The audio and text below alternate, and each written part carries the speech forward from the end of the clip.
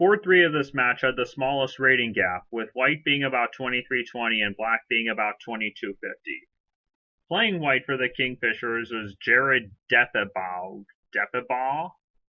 I'm not sure if the GH is silent or not. If someone can make that clear for me, I would appreciate that. Versus Matthew Larson, whose name is not so ambiguously pronounced, unless for some reason he insists that his name be pronounced Matthew, as in Tyrann Matthew the honey badger. But okay, let's just get to the game. The opening was not very interesting, especially because on move 7, white did not go g4, which leads to all sorts of theory that I don't know anything about. And instead, b3, and some more moves.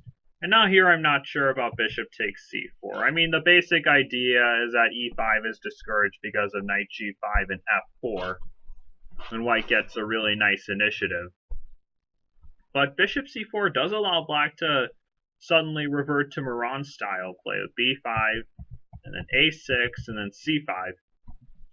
And if black can play c5 without any repercussions, then he's typically doing well, which gives me the impression that white should have played b takes c4 with a tiny edge because of his face in the center. But okay. Instead, we got some more moves. Black is just doing well here, but now I'm not sure about e5. Because now the d5 square is weak, totally given away in fact. The bishop on b7 comes to life, and maybe this pawn on e5 can become a weakness.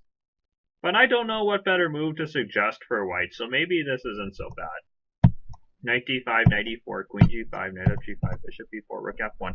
The idea is that white is hoping to get the knight to d6, but this isn't that likely at the moment, seeing as black has it covered.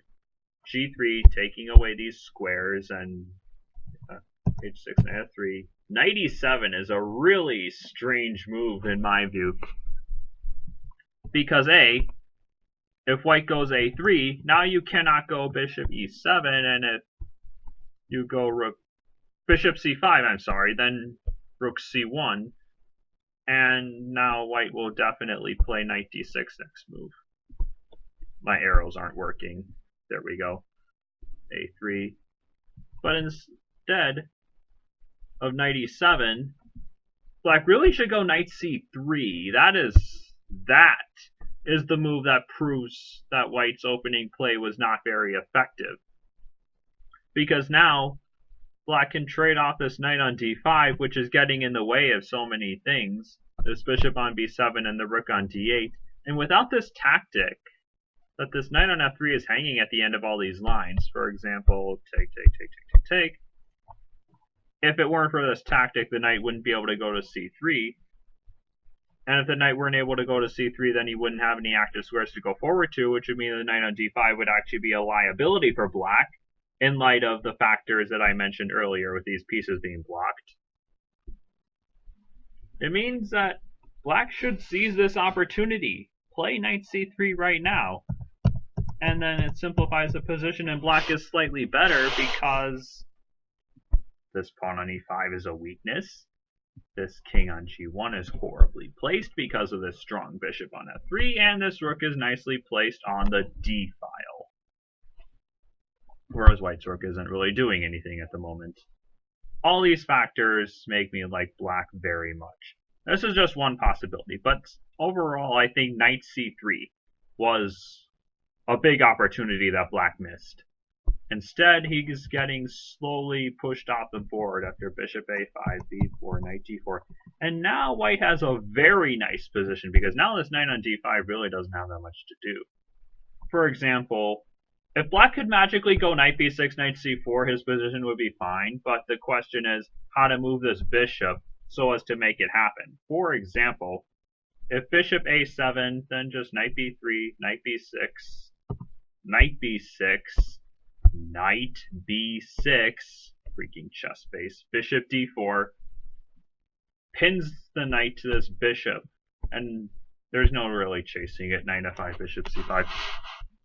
And white is just better here. White is just clearly better. Black's pieces are bad. This is not good. But it's also not good to fiddle around and just do nothing either, because now white is patiently building up his position.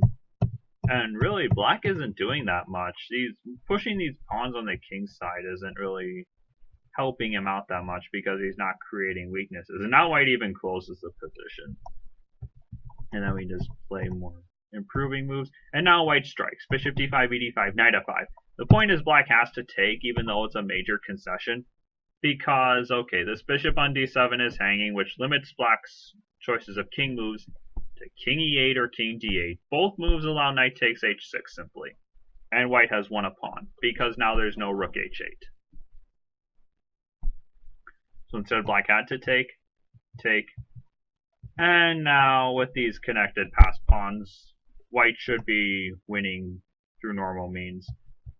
Black tries his best to make counterplay.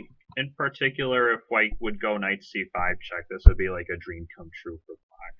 This f pawn being super weak, about to be lost.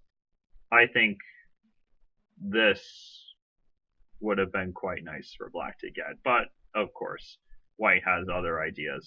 King d4 is a nice move, giving back the knight.